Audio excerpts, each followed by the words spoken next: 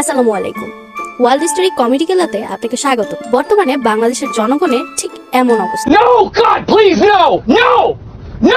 বাংলাদেশ 2025-এ একমাত্র দেশ যেখানে পেঁয়াজের দামে ইমোশনের চেয়েও বেশি, কিন্তু ব্রেকআপ এখনো ফ্রি। সকালে ঘুম থেকে উঠে চা বানাইতে গেলাম, না গ্যাস না বিদ্যুৎ, শুধু আমি ফাঁকা কেতলিতে একখান মশা, যেটা মনে হয় মোটিভেশনাল স্পিকার, সারাক্ষণ কানের কাছে বলে, ভাই আপনি আমাকে মারতে পারবেন না, মারতে পারবেন না, হ্যাঁ হ্যাঁ হ্যাঁ।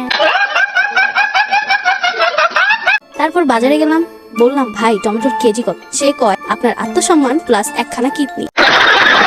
দেখছেন বাজারের কি অবস্থা। এদিকে রাজনীতির কথায় আসি, একদল বলে দেশ গড়তিছে, আরেকদল বলে তুমি তো দেশ ভাঙতিছো। আর আমরা জনগণ মোবাইলে মিমস দেখে আর বলি ভাই আগে একটা ভালো ওয়াইফাই দেন, বাকিটা পরে দেখা যাবে। আর ট্রাফিক জ্যাম, ভাই রে ভাই, একটা গরু, 3টা ছাগল, একখানা চিল্লানো বাচ্চা আর একটা বাদামওয়ালা নিয়ে জ্যামে 2 ঘন্টা দাঁড়ায় আছে। মনে হয় জীবনটা চোখের সামনে সিনেমার মতন রিওয়ান্ড হইতেছে। এমনকি সেই এক্সও চোখে পড়লো যে এখনো আমার টাকা ফেরত দেয় নাই। এরই মাঝে এখন একটা বড় ব্রেকিং নিউজের কথা বলি। শাকিব খানের আবারও ব্রেকআপ হয়েছে। সে ফেসবুকে এসে লেখে আমি এখনো কেরিয়ারে ফোকাস করছি। অন্যদিকে নায়িকা টিকটকে ক্যাপশন দেয় strong girl soft heart Messi burn.